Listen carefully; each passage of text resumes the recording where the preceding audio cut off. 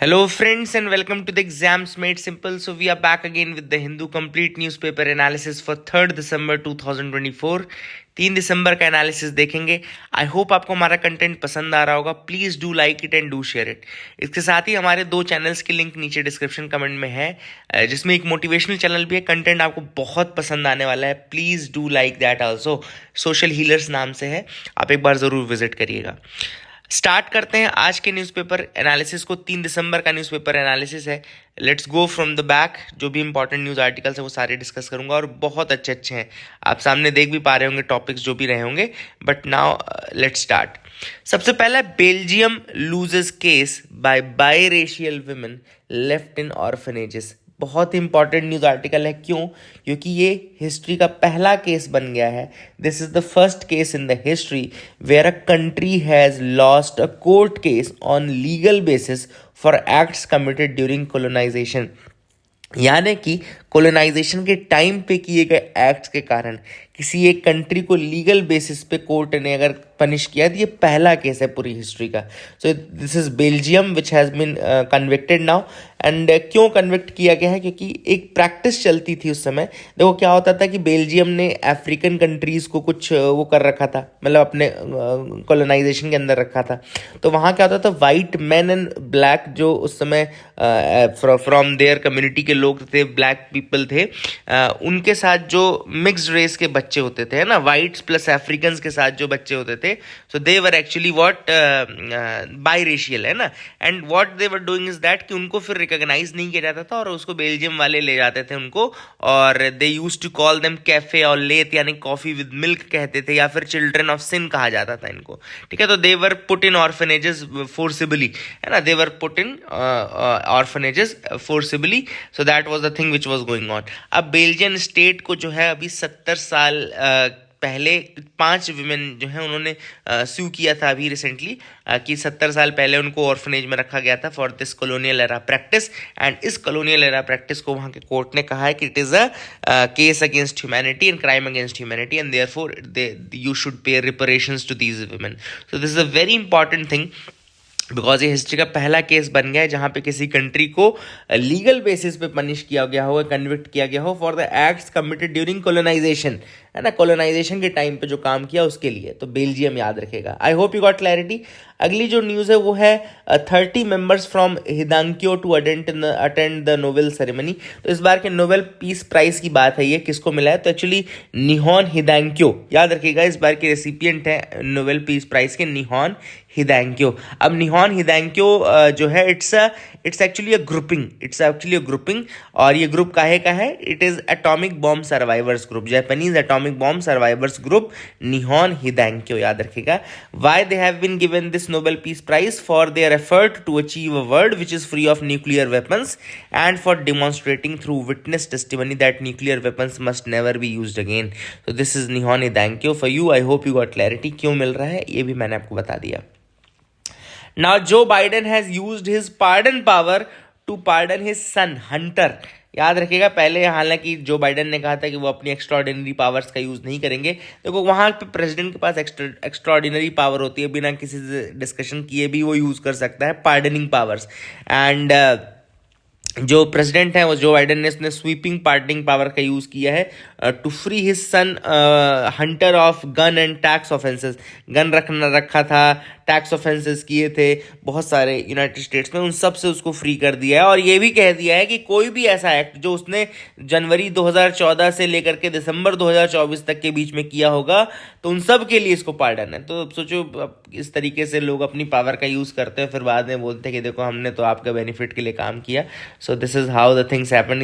Ethically it's very wrong. It can be a very good case of ethical discussion. And आप लोग इसको थोड़ा ethical point से सोचिएगा और मुझे comment section में बताइएगा कि whether it is right or wrong, है ना. comment section में बताइएगा. How Italy's tax system got rigged to benefit the rich. अब देखो इस आर्टिकल में इटली का सिस्टम अपन नहीं समझेंगे. इस आर्टिकल में एक्चुअली 2 टर्म यूज हुए हैं टैक्सेशन के लिए. एक यूज हुआ है द पॉजिटिव, ये आपका प्रोग्रेसिव टैक्सेशन, और दूसरा हुआ है regressive taxation. So what is this progressive and what is this regressive taxation, let's see one by one. देखो जो प्रोग्रेसिव टैक्सेशन होता है उसका मतलब होता है कि ऐसा टैक्सेशन जहां पे प्रपोर्शनेटली आपकी इनकम के अकॉर्डिंग आप टैक्स भर रहे हो। For example, a very simple example is that कि जैसे जिसकी 10 लाख की इनकम है वो अलग लेवल अलग टैक्स भरता है, और जिसकी 20 लाख की इनकम है वो अलग टैक्स भरता है, और जिसकी 2 लाख की इनकम है वो टैक्स ही नहीं भरता है ना। तो आप देख रहे हैं जैसे जैसे इनकम बढ़ रही है वैसे वैसे टैक्सेशन बढ़ रहा है ना। तो दिस इज प्रोग्रेसिव टैक्सेशन। क्यों? Because the proportional to your income you are paying the tax. अब जैसे जो टैक्स सपोज करो ऐसा है कि जैसे बिस्किट के ऊपर लगना है, बिस्किट 5 रुपए की आ रही है, अब वो अमीर के लिए भी 5 रुपए की आ रही है, जो गरीब है उसके लिए भी 5 रुपए की आ रही है, तो मतलब दोनों सेम टैक्स पे कर रहे हैं फॉर दिस थिंग, है ना। तो क्या होता है कि यहाँ इस ऐसे केस में क्या होता है ना कि फिर ये आपका क्या कहलाता है, this is your regressive taxation. Actually जो इनडायरेक्ट टैक्सेस होते हैं ना वो रिग्रेसिव नेचर के होते हैं ज़्यादातर। इनडायरेक्ट टैक्सेस रिग्रेसिव नेचर के होते हैं, क्योंकि आप लगा के देख लो, एक इनडायरेक्ट टैक्स जहां जहां लगेगा वो सबको बराबर पे करना पड़ेगा, जीएसटी सबको बराबर पे करनी पड़ेगी, है ना। और डायरेक्ट टैक्सेस जैसे इनकम टैक्स हो गया, ये प्रोग्रेसिव टैक्सेस होते हैं। डायरेक्ट टैक्स क्यों? क्योंकि आपकी इनकम पे लग रहा है, तो इनकम अगर 10 लाख है तो अलग टैक्स लगेगा, 20 लाख के स्लैब में आएंगे तो अलग टैक्स लगेगा, 5 लाख है उससे कम के स्लैब में आएंगे तो अलग टैक्स लगेगा। तो इसीलिए जो बहुत सारी डेवलप्ड कंट्रीज है ना वो इनडायरेक्ट से डायरेक्ट टैक्सेस की तरफ मूव करती हैं। तो I hope you got clarity regarding that as well. अगला है global push for cooperation as space traffic crowds earth orbit. अब यहाँ पे लो अर्थ ऑर्बिट की बात चल रही है। लो अर्थ ऑर्बिट यानी कि 400 से लगभग 700 किलोमीटर का जो रेंज है, जहाँ पे बहुत सारी आपकी सैटेलाइट्स, पोलर सैटेलाइट्स भी रखी जाती है यहाँ पे। तो यहाँ पे ऑथर का ये कहना है कि लो अर्थ ऑर्बिट जो है it must be made safe. And क्यों सेफ करना ज़रूरी? क्योंकि ये बहुत इंपॉर्टेंट एरिया है, बहुत सारी सैटेलाइट्स यहाँ पे रखी जाती हैं, ईजिली एक्सेसिबल होता है। अब यहाँ पे ऑथर ने कहा कि भाई कंट्रीज़ को क्या करना चाहिए, जो ये स्पेस ट्रैफिक है इसके लिए कोऑपरेट करने की ज़रूरत है। क्यों? क्योंकि अब सोचो 10,000 12,000 सैटेलाइट्स यहाँ पे रखी हुई हैं, है ना। प्राइवेट प्लेयर्स भी हैं, सारी कंट्रीज इसमें इंक्लूडेड है ना। और मींस इस तरीके की चीज़ें हैं, तो इससे स्पेस डेब्री भी क्रिएट हो रहा है।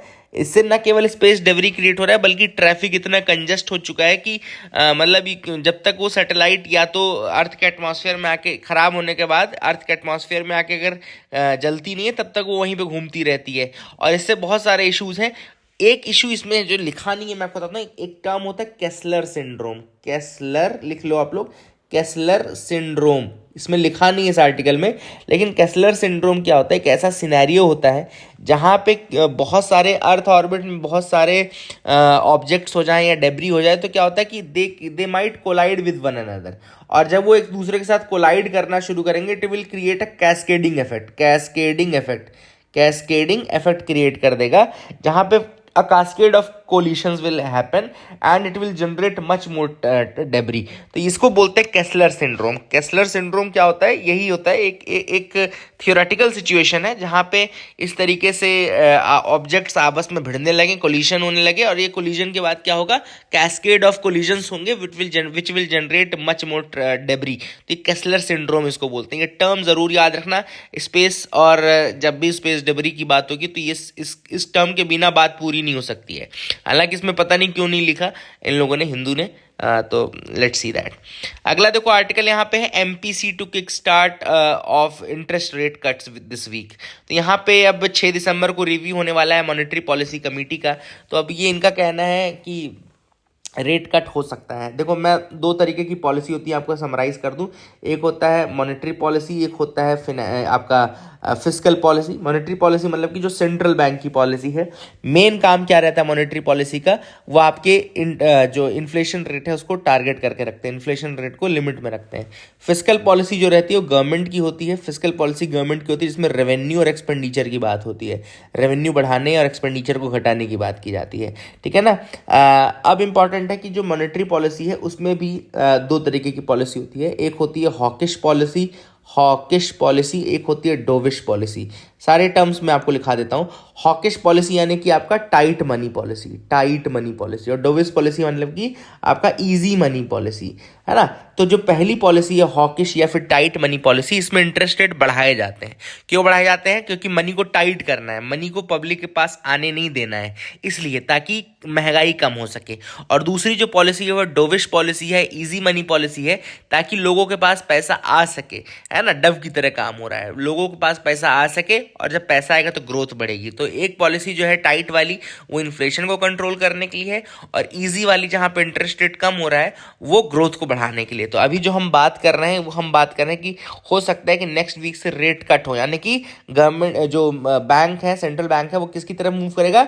डोविश पॉलिसी की तरफ मूव करेगा, रेट कट। अच्छा, एमपीसी में आपको पता ना, एमपीसी के 6 मेंबर होते हैं, जिसमें 3 मेंबर जो आते हैं वो गवर्नमेंट की तरफ से आते हैं, और 3 जो होते हैं वो बैंक की तरफ से रहते हैं, जिसमें आरबीआई गवर्नर, डिप्टी गवर्नर, ये सब लोग रहते हैं, ठीक है ना। तो ये तो पता हो गया। सेक्शन 45ZB के अंतर्गत आता है ये, आरबीआई एक्ट 1934 के अंतर्गत इसको बनाया गया है एमपीसी को, ये भी आपको पता होगा। इसके अलावा ये आपको पता होगा कि एक सर्च कम सिलेक्शन कमेटी होती है गवर्नमेंट की, जिसको कैबिनेट सेक्रेटरी हेड करता है, उसके सजेशन के बाद ये 3 मेंबर्स आते हैं, ठीक है ना।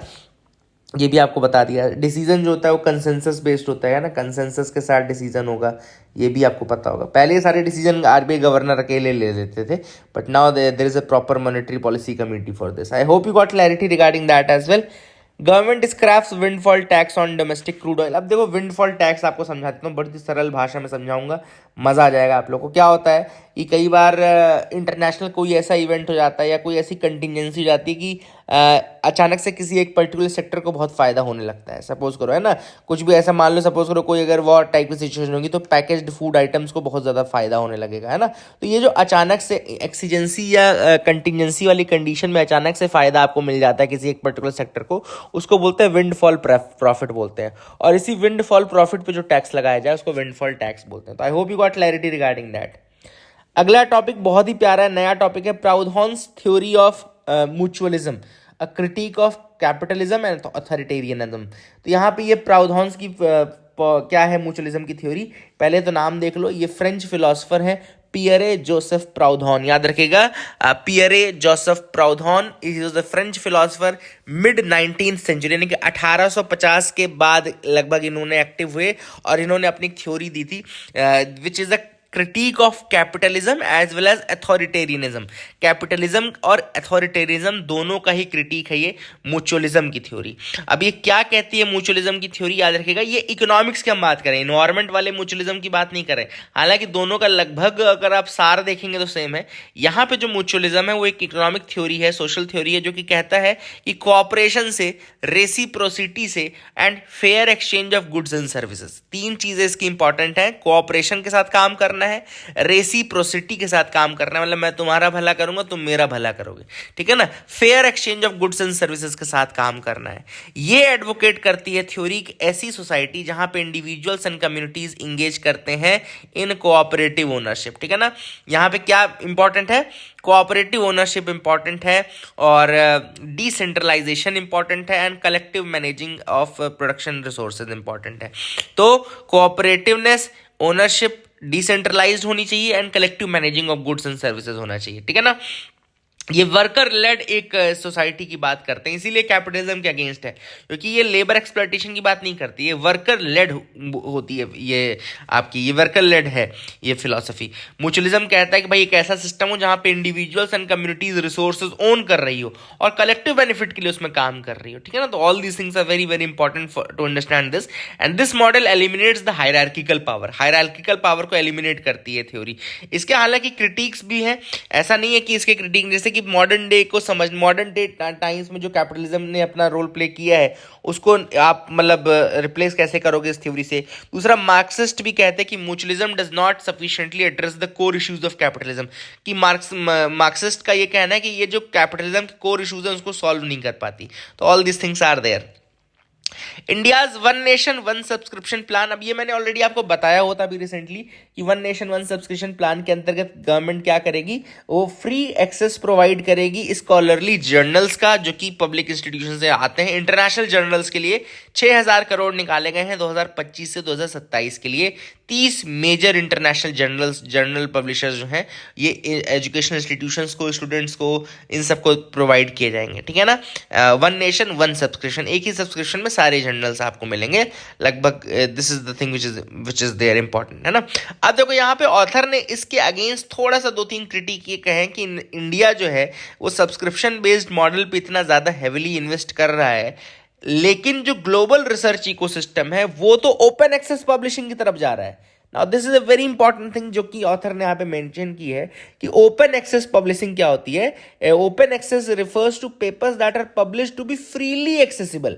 जब वो ऑलरेडी फ्रीली एक्सेसिबल की तरफ मूव कर रहा है वर्ड, इनफैक्ट यहाँ पे ऑथर ने एग्जाम्पल भी दिया है यूएसए का जो 2026 से शिफ्ट करेंगे, that all the publicly funded research will be freely accessible without any delay. ये देख लो, यूएस की पॉलिसी आई गई कि 26 के बाद, 2026 के बाद ऑल द 2026 से ही, इनफैक्ट 26 के बाद नहीं, 26 से ही all publicly funded research articles must be freely accessible. इसके अलावा यूरोप ने भी सेम यही किया है कि 2025 खत्म होने के बाद 2026 से आपको फ्रीली एक्सेसिबल रखना है अपने पेपर्स को, रिसर्च पेपर्स को एंड। तो ऐसे टाइम पे जहां पे वर्ड ओपन एक्सेस की तरफ मूव कर रहा है, आप सब्सक्रिप्शन बेस्ड क्यों जा रहे हैं? Why are you going toward subscription, है ना। तो दिस इज द थिंग। और 2025 के बाद इसका रेलेवेंस कितना रह जाएगा, तो that is the big question, what will be the relevance after 2025, है ना। और आप निंदना 6,000 करोड़ भी निकाल रहे हैं इसके लिए, तो that is the thing which is important, है ना। आगे मूव करते हैं एडिटोरियल पार्ट में। एडिटोरियल है front line nutrition workers foster disability inclusion. अब ये जो आर्टिकल लिखा गया, क्यों लिखा गया पहले मैं आपको बता दूं। दिसंबर 3 जो होता है वो international day of persons with disabilities होता है। दिसंबर 3 क्या है? International day of persons with disabilities, and it is a day which is dedicated to advocating the rights of people with disabilities by creating awareness and highlighting the inclusion and needs of persons with disabilities। ठीक है, ये तो आपको समझ में आ गया कि भाई क्यों हम ऐसा कर रहे हैं, ठीक है, क्योंकि पर्सन्स विद डिसेबिलिटीज़ के लिए अवेयरनेस क्रिएट करनी है, उनको इंक्लूसिव रखना है, सारी चीज़ें। ये आर्टिकल जो ऑथर ने लिखा है अमनीत पी कुमार, ये IAS ऑफिसर है, गवर्नमेंट ऑफ हरियाणा में काम करती हैं। इन्होंने एक चीज़ बताई कि रिसर्च हैज़ इंक्लूड, यहाँ पे जो मेन थीम है आर्टिकल की वो ये है कि किस तरीके से न्यूट्रिशन या मैल नरिशमेंट की वजह से डिसेबिलिटी होती है, ठीक है ना। तो यहाँ पे ऑथर ने कहा कि research has indicated that countries with high levels of malnutrition tend to exhibit not only poorer health outcomes but also higher rates of disability among their population। तो जिन कंट्रीज में न्यूट्रिशन की कमी है या मैल nourishment है, वहां पे higher rate of disability देखने को मिला है। इसके अलावा government and health organisation they strive to improve public health, addressing malnutrition becomes very critical. तो अगर आप कोई कंट्री है या कोई आप ग्रुपिंग है जो कि हेल्थ को इंप्रूव करना चाहते हो, तो मैल नरिशमेंट को खत्म किए बिना या मैल न्यूट्रिशन को टारगेट किए बिना आप ये चीज नहीं कर सकते, ठीक है ना। इसके अलावा ऑथर ने यह भी कहा कि प्रेगनेंसी के टाइम पे जो मैटरनल मैल न्यूट्रिशन होता है, it can lead to prenatal disability. अगर मैटरनल मैल न्यूट्रिशन है, जो माँ है उसने प्रॉपरली न्यूट्रिशन नहीं लिए हैं, तो प्रीनेटल डिसेबिलिटी, प्रीनेटल मतलब जन्म के पहले ही उसको डिसेबिलिटी हो जाएगी। And malnutrition can contribute to developmental delays and disability, है ना। तो डेवलपमेंटल डिले तो हो ही सकता है मैल न्यूट्रिशन के कारण, डिसेबिलिटी भी होती है। जैसे कि ऑथर ने विटामिन ए की डेफिशिएंसी से बोला कि ब्लाइंडनेस, ये प्रीनेटल ब्लाइंडनेस भी होती कई बार। इनफैक्ट बहुत सारी जो डिसीजेज जिनको हम जेनेटिक बोलते हैं, सेरेब्रल पैल्सी, डाउन सिंड्रोम हो सकती है, and they are at the risk of nutritional deficiency also, है ना। तो ये न्यूट्रिशन बहुत ज़्यादा इंपॉर्टेंट है। यहाँ पे ऑथर ने 2-3 चीज़ें बताई है, जैसे कि ministry of women and child development ने आंगनवाड़ी प्रोटोकॉल फॉर दिव्यांग चिल्ड्रन इंट्रोड्यूस किया 2023 में। It's a national guideline for front line community nutrition workers, है ना। तो 2023 में किया है ministry of women and child development ने, क्या इंट्रोड्यूस किया? आंगनवाड़ी प्रोटोकॉल फॉर दिव्यांग चिल्ड्रन। आंगनवाड़ी प्रोटोकॉल फॉर दिव्यांग चिल्ड्रन, ये नेशनल गाइडलाइन है for front line community nutrition workers, ठीक है। इसके अलावा पोषण अभियान आपको पता होगा, पोषण ट्रैकर पता होगा, जिसमें न्यूट्रिशन की बात की जाती है। फिर ऑथर ने कहा कि भाई आशा वर्कर्स जो होते हैं ना, जो काम करते हैं डायरेक्टली सोसाइटी में, उनको भी आप इंट्रोड्यूस करें इन सारी चीज़ों से और वो अवेयरनेस फैलाने का काम करें। तो this is the article which is there. I hope you got clarity regarding this as well. अगला आर्टिकल है New Zealand scientist gather information to decode puzzle regarding the rarest whale. अब ये रेयरेस्ट वेल कौन सी है? It is the rarest whale worldwide. क्यों? क्योंकि 7 ही आज तक स्पॉट हुई हैं एंड इसका नाम मैं बता दूं, न्यूजीलैंड में पाई जाती है स्पेड टूथेड वेल। ये देख लिखा है ना, स्पेड टूथेड वेल है and it is one of its kind. ये बीक्ड स्पीशीज है हालांकि, एंड इसका नाम स्पेड टूथेड, जो भी आप बोलना चाहें, मैं तो बोल ही नहीं पा रहा हूँ, वेल बोलते हैं इसको, ठीक है ना। एंड न्यूजीलैंड में है, माओरी कम्युनिटी के साथ मिलकर के वो इसको देख रहे हैं इसके बारे में। और एक आइलैंड का नाम आया था पिट्स आइलैंड, पिट आइलैंड, देखो लिखा ना, न्यूजीलैंड का ये लिखा है पिट आइलैंड, तो ये पिट आइलैंड भी देख लेना, याद रखना अपने दिमाग में, ठीक है। I hope you got clarity regarding that as well. Oxford ने अभी स्टडी ने तारीफ की है प्रगति सिस्टम की for fast tracking of projects. Pragati system क्या होता है मैं आपको बता दूं, प्रगति 2015 में एक्चुअली सिस्टम आ गया था, इसका नाम है proactive governance and timely implementation. क्या नाम इसका? Proactive governance and timely implementation. It is actually digital India's programme initiative, digital India के अंदर इनिशिएटिव है and it's a system for bringing e transparency and e accountability. E transparency, e accountability लाने की बात की गई है।